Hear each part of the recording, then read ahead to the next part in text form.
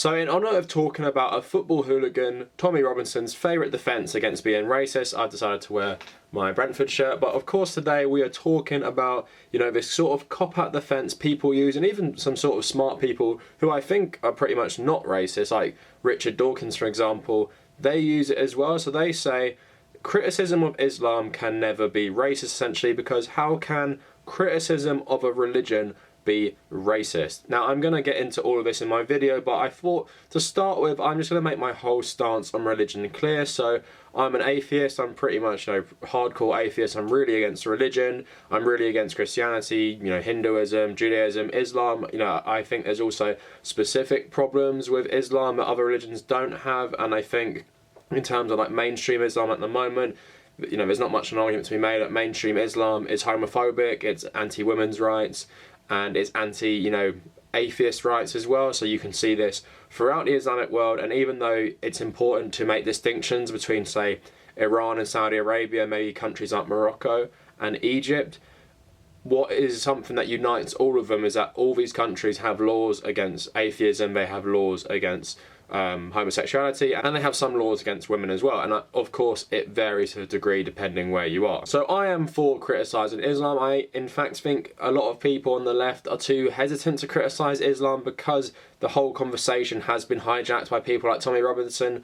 So for example, in that school in the UK that was trying to educate primary school kids on the LGBT community and stuff, loads of Muslim parents, mainly Muslim parents, came to the school, and loads of Muslims from, who weren't associated with the school came and protested the gay headmaster for trying to do such a thing, saying numerous homophobic statements like, we don't want to teach our kids about sex because of course, homosexuality isn't all about sex, but that's, sort of the way of thinking it. They think it's a perversion and everything. So it made me pretty angry. I didn't see a bigger response on the left to this, criticising religion. I did see Jess Phillips say something like, most Muslims are obviously for this, but you guys, why are you protesting? And I'm kind of like, let's not be naive. A lot of these Muslim communities are from very conservative countries. It's only to be expected. They kind of follow their own conservative values from those countries, including being anti-homosexual.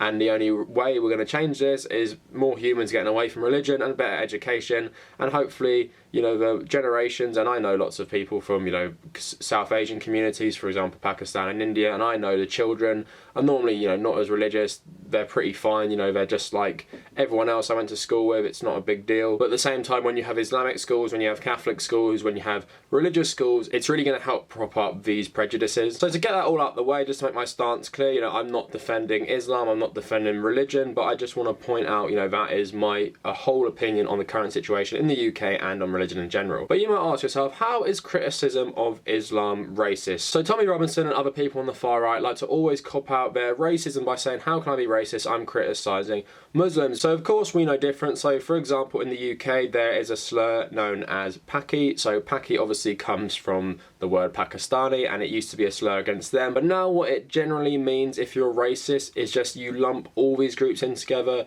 whether they're Arabs, whether they're Indians, whether they're Pakistani, whether they're really anything non-white. Apparently they all come under this umbrella of Paki. And of course Paki also is pretty synonymous with Muslim, because Pakistan is literally a country founded as a home for Muslims in that part of the world. So that is one part of it. So it's taken on its own racial dimension, and let's not kid ourselves. When you think of Muslims, you think of non-white people, and particularly in the UK, most Muslim groups are non-white. So that image of a Muslim person is, someone with a beard, maybe someone with a turban, even though Muslims don't really wear turbans. But of course, thanks to people like Bin Laden and the Taliban, that is another stereotype about Muslim people. So something that plays into this racism against Muslims is the attacks on Sikhs after things like 9/11. So the Sikhs were looked down on and Sikh people were discriminated against. And then there's an incident like in 2015 where a Sikh man was dragged out of his car and beaten by a white man while the white man was screaming, "You're a terrorist, you're Bin Laden," essentially. And of course this man is a Sikh, it has nothing to do with Islam. But of course, because these people are racist and their racist view of Muslims plays into everyone who looks like a stereotypical way, you can't really deny this isn't a racist attack. Despite him saying he was attacking this man for being Muslim, if he thinks all people who look, non-white and look a certain way are all Muslims, that's obviously a racist stereotype, isn't it? And then you have other events. So for example, the media in the wake of the Boston bombing in 2013 were saying the main suspect had a Muslim appearance. And if you've seen the guy who actually did the bombing, he doesn't really look, Muslim in terms of he's got no traditional, Arabic clothing or anything like that. He just looks like a normal guy, maybe a bit non-white, because I think he was from Chechnya and stuff, so he didn't look like a traditional Muslim, but they're saying he had a Muslim appearance. What does that even mean? Isn't there like 1.6 billion Muslims from across the world?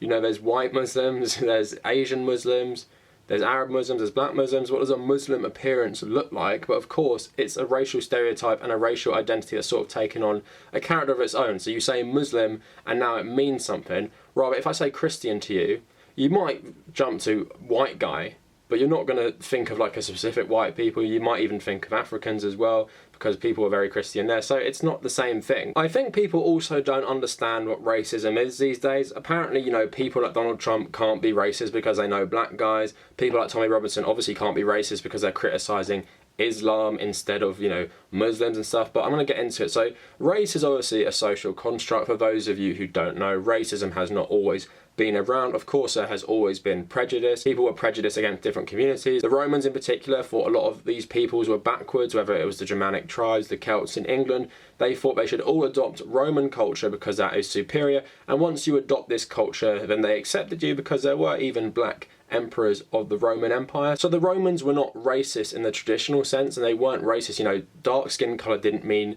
bad in this time period, and it didn't mean anything for thousands of years until really the early modern period of history. So most of our modern racism is actually derived from Christianity. So I'm going to get into all of this. So basically there's two different sort of events and areas of the world which really have contributed to this. So obviously Spain was conquered by Muslims in 711, and since then they've sort of lived with the Christians on the northern border. But as time went on, the Christians pushed further and further down and eventually reconquered most of the Iberian Peninsula, with just Granada left as a Muslim stronghold, and even that was eventually taken, I think it was in 1492.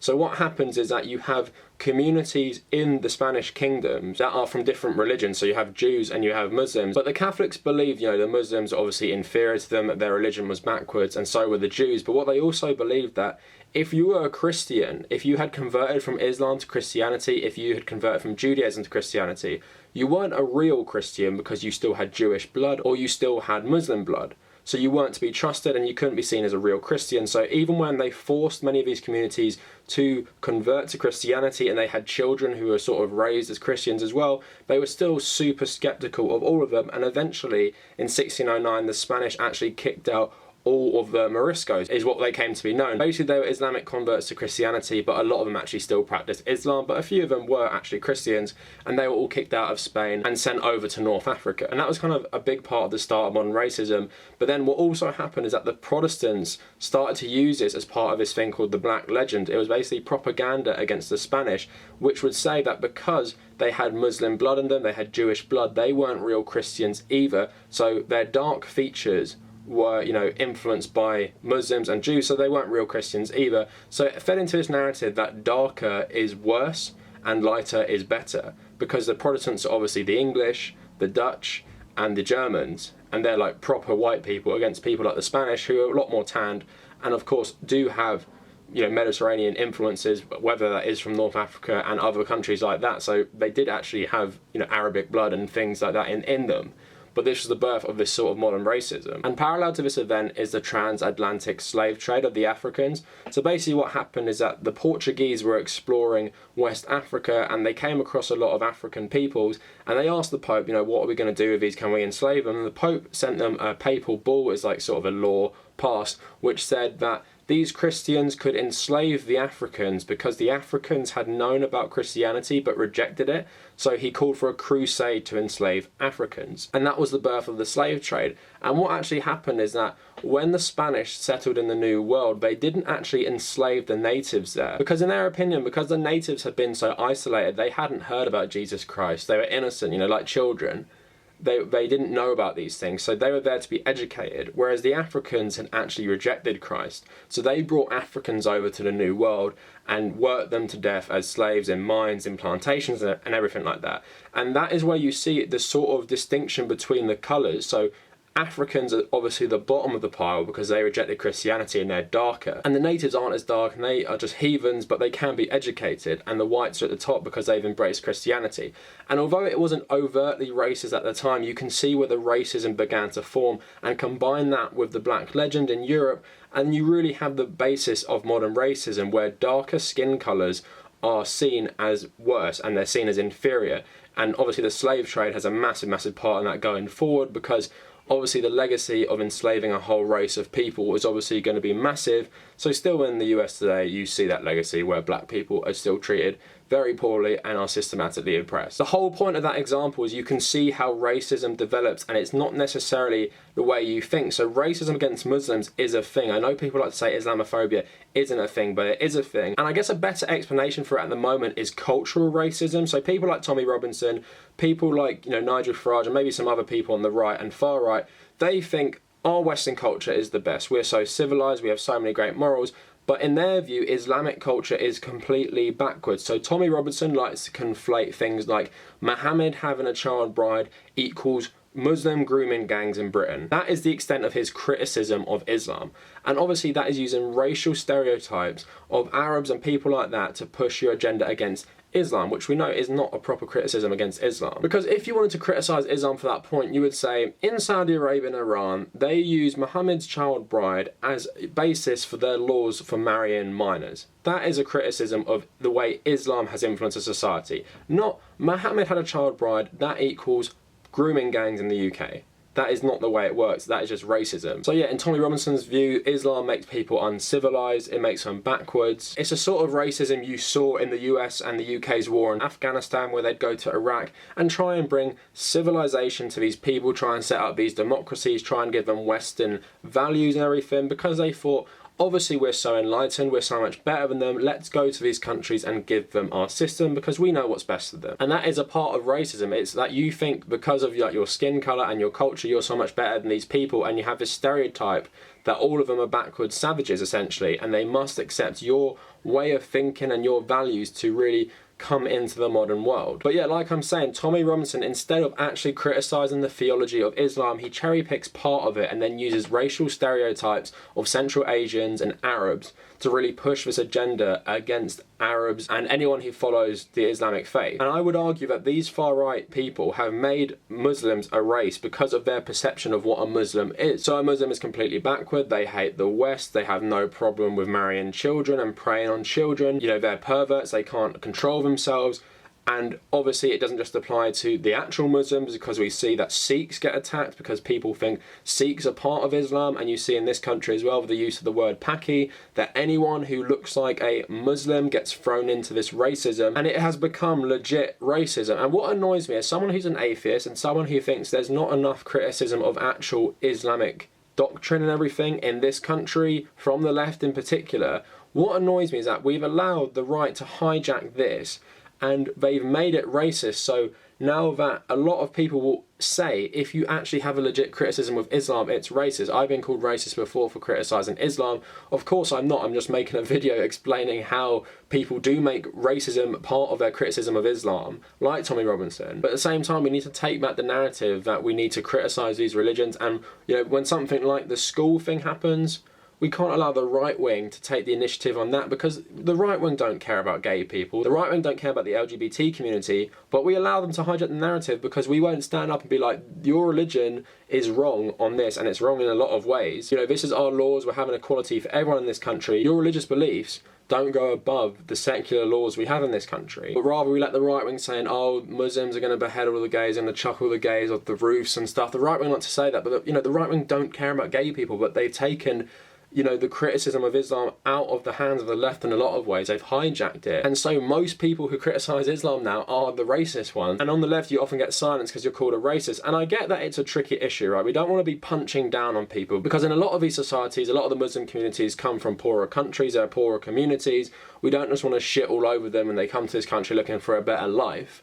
But at the same time, when you have the events like the stuff with the school in the UK, and you don't call it out, that is a problem we need to deal with on the left, because we can't allow people like Tommy Robinson to use this as propaganda for them. So yeah, in summary, criticism of Islam can be racist. It's not inherently racist, but you see on the far right and across Europe with these far right groups, it has become racist because they've made Muslims a certain thing in their, you know, perception, whether that is, you know, pretty much non-white people who look, you know, Muslim, you know, whether that's Pakistani people, even sometimes Indian people, like I've been saying, they get thrown in there, and Sikhs, of course, get thrown in there as well because they have beards, which to a lot of these racists seems similar to maybe someone like Bin Laden, like we saw in this racist attack. And my whole point about race being a social construct is just showing you with those historical examples how it can become racist over time, and I believe a lot of this criticism of Muslims has become extremely racist over time because they just use racial stereotypes and they distort the faith to really justify their hatred of these groups. And cultural racism comes into play where people on the far right, and even some general people on every part of the political spectrum, think the West is superior, Muslim countries are backwards, Islamic communities are backwards, we must educate them, they must accept all our values because we know better than them, and we must go to their countries, topple the brutal dictators they have, and give them enlightened values, because of course they could never do it on their own, and there's no people in these countries who obviously want democracy or they want civil rights. And that is of course bullshit. There's many people who do in these countries. There are a lot of groups, even in places like Afghanistan.